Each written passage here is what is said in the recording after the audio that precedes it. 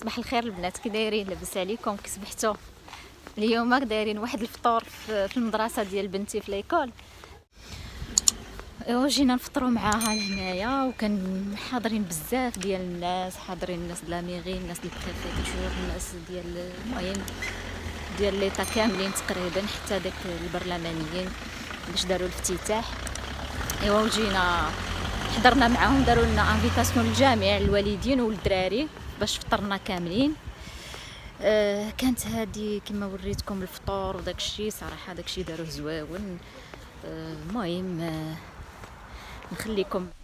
المهم كيف ما كتشوفوا دابا رحنا في لاكونتين، يعني المطعم فين كياكلوا الدراري وداك الشيء. دخلنا لقينا المهم الدنيا عامره بالناس، بديك الناس ديال الحكومه، وبحال لو مير وهذيك لادام لو ديبوتي، يعني المترشحه ديال هذه الجهه. المهم كانوا بزاف الناس، من بينهم حتى الصحافه. كانت واحد الاذاعه فرنسيه اللي هي فرانس 3. المهم تقريبا كما قلت لكم بزاف ديال الشخصيات، المدير وهذه انتما كتشوفوا راه تياخذوا لي فوطو لي زونفون وكل شيء ولي بارون. المهم بقى كل واحد تيلقي الكلمه واحد مورا واحد كيف ما كتشوفوا. هي هذيك من بعد مني تقريبا سالاو يعني الكلمه ديالهم كاملين، هذوك الناس داك الشخصيات اللي كانوا تمايا. ابخي صافي هي هذيك بداو بالفطور، يعني الاباء والاطفال وداك الشيء، يعني كل شيء يعني خدا بلاصتو باش يفطروا. يعني فطور ما كانش شي حاجه يعني كومبليكي، كان داك الشيء بسيط ماشي شي حاجه. ولكن المهم بغاو يديروا هذه البادره باش يشوفوه يعني كيفاش غتصدق، سيرتو ان لي زونفون قالوا بان يعني الوليدات اللي ما خداوش الفطور في الصباح ما كيساعدهمش على التركيز يعني في المدرسه. داكشي علاش جاتهم هذه البادره باش يديروا لهم الفطور في المدرسه. صافي هي هذيك كما قلت لكم. بلاصينا وخدينا الفطور معاهم، يعني الفطور كان فيه تقريبا داروا لهم بنان، الزبده، الكوفيتير، الخبز، الماء، شوكولا شو، الحليب. كل واحد اللي بغى شي حاجه كياخذها. ابخي صافي هي هذيك. صافي تسالى داك الديسكور، وكل الوليدات دخلوا الاقسام ديالهم. انا ستعنقني وسكنه ما سخاتش بيا.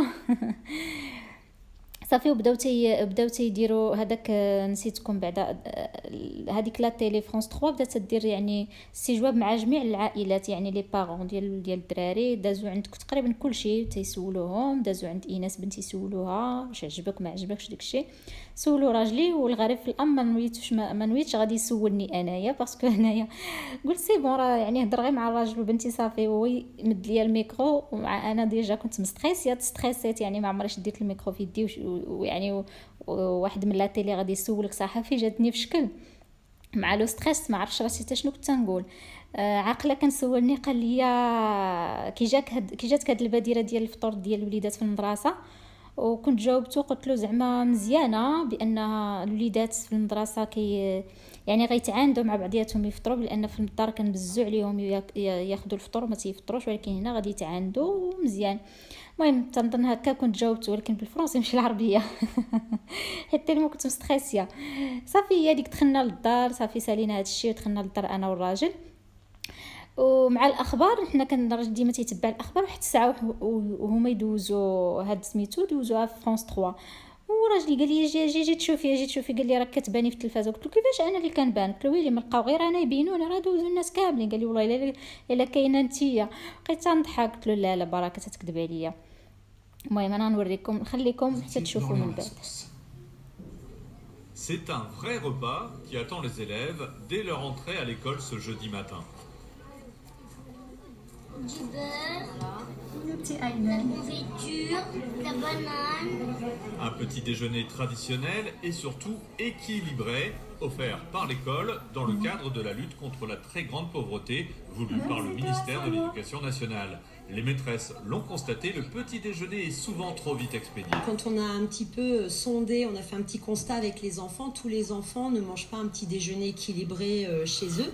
Et vous savez que si on arrive le ventre vide à l'école, c'est difficile de pouvoir suivre les enseignements. Là, ça va l'encourager de prendre le petit déjeuner plus qu'à la maison. Parce qu'à la maison, des fois, on le force pour qu'il prenne les petits déjeuners. Mais je pense ici, avec les enfants, ça va les pousser plus à prendre le petit déjeuner. En évitant aux هذيك شفتو راه كانت الخلعه شاداني ما عرفتش شنو كنت تنقول. عرفتي قلت لراجلي ويلي ما لقاو غير انا يبينوني، راه يعني داروا استجواب مع لي بارون، راه كنا اكثر من 30 واحد. قال الراجل بقى تيضحك عليا، خلي عرفتي علاش ملي تخداو كنتي غير بوغ لو فيزيك. قلت له ويلي شنو فيا انا باش يديوني على ولد لو فيزيك يبينوني انايا، بقينا نموتوا بالضحك. صافي هي هذيك. المهم انا شاركت معكم اليوم غير يعني داكشي اللي داز في المدرسه ديال بنتي، الفطور وداكشي، ويعني والاذاعه كانت حاضره. المهم كانت هذا هو سميتو ديال اليوم. ودابا ان شاء الله غادي نصافي ندخلوا بحالتنا للدار، وغادي نوجد واحد الغديوه ونخليكم معايا تشوفوا الغديوه اللي غادي ندير. المهم غديوه بسيطه، غير الدجاج بالبطاطا يعني بالزيتون والليمون يعني كما كتعرفوا، ولكن هاد النوبه غنديرها انا على طريقتي. غندير ليها بطاطا مكموله، يعني ما غاديش بطاطا رقيقه ولكن غتكون مكموله، ما غاديش نقطعها. غادي تشوفوا معايا الطريقه كيفاش غادي ندير ليها، وخليكم معايا. دابا غادي نبداو على بركه الله. كيف ما كتشوفوا عندي هنايا الدجاجه تقريبا فيها كيلو ونص. هاد الدجاجه المهم الا بانت لكم هذه كروازيه، داكشي علاش راه اللحم ديالها كتبان حمراء شويه. المهم غادي نديرها كلها. غادي ناخذ طاوه كما كتشوفوا،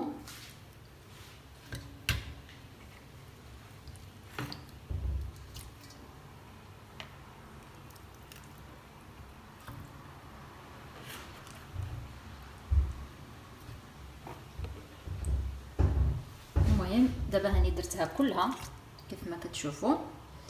غادي نزيد عليها العطريه ديالها وغنخليها تقلى غير في الماء والعطريه، ما غنديرش الزيت لان الزيت ما تيخليش العطريه تدخل في الدجاج ولا في اللحم. وغادي نرجع معكم نوريكم عاود من بعد الطريقه. المهم كيف ما كتشوفوا غادي نضيف العطريه. غنبدا بسكينجبير، معلقه صغيره سكينجبير،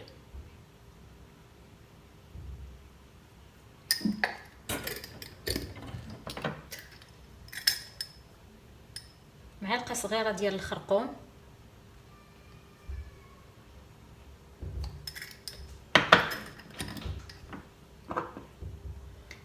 غندير البزار،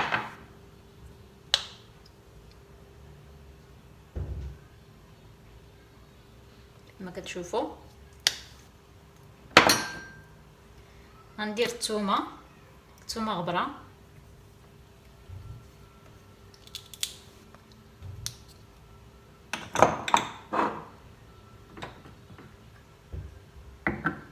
وغادي ندير الملحه حتى هي، غنضيف الملحه.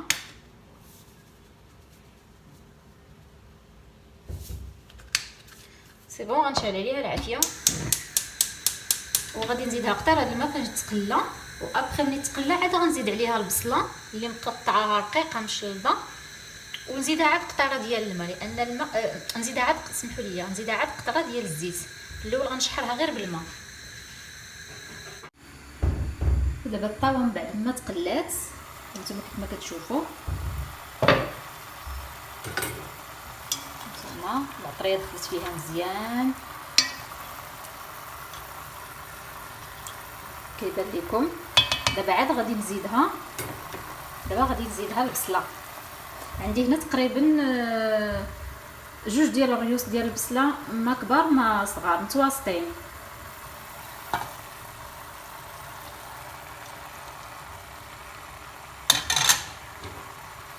دابا غنخليو كلشي عاود يتشحر مجموع البصله مع هاد الدجاج.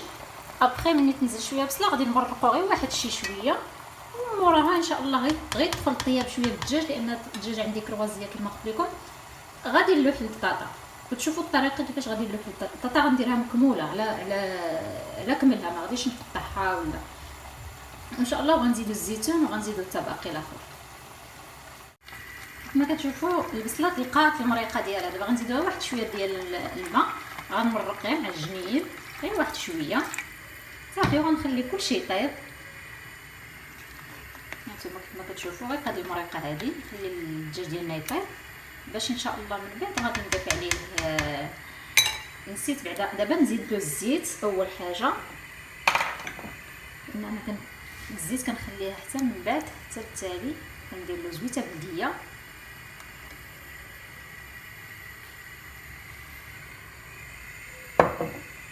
ومن من بعد ان شاء الله مني يقرب يطيب غادي نزيد عليه البطاطا ونزيد عليه الربيع والزيتون. دابا كيف ما كتشوفوا الدجاج ديالنا تقريبا راه دخلوا الطياب. دابا غادي نزيدوا البطاطا. ها نتوما كيف ما كنوريكم البطاطا عندي هكا ما مقطعاها ما والو، يعني غير هي بطاطا رقيقه شويه. غادي نديرها على هذا الشكل هكا، ما غاديش نقطعها. هذه هي الطريقه ديال البطاطا اللي غادي ندير لكم هذه النوبه. غادي ندير البطاطا على كملها وغادي نزيد الربيع والزيتون وصافي ونخليهم يكملوا الطياب.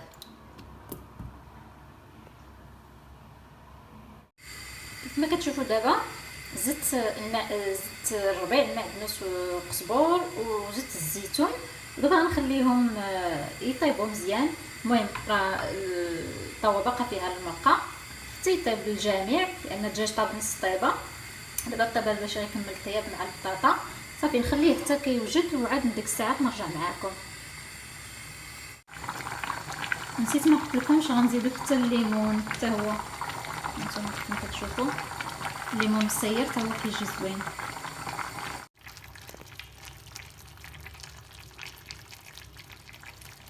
كيف ما كتشوفوا البنات دابا الطياب ديالنا هو طاب وجد. الدجاج هو بالبطاطا وجد كيف ما كتشوفوا. الزيتون جا عرفتي رائع يا سلام. ما كرهتكمش تجربوه وتشوفوا هاد الطريقه غزاله. صراحه كيجي بنين. البطاطا بهذا الشكل هكا كتجي معاه بنينه بزاف مع راكم عارفين الزيتون والليمون مسير كيعطي واحد الطيبه غزاله. هذه الطريقه اللي نورمالمون هي الاصليه اللي بها كيطيب الدجاج بالليمون والبطاطا. كتكون هكا مكموله ما كتكونش مقطعه. صراحه كتجي رائعه. نتمنىكم ان شاء الله تجربوا هذه الوصفه. ولكم الى عجبكم هذا الفيديو ما تنساوش تعملوا لي اشتراك مع تفعيل الجرس. والى اللقاء الى الفيديو المقبل.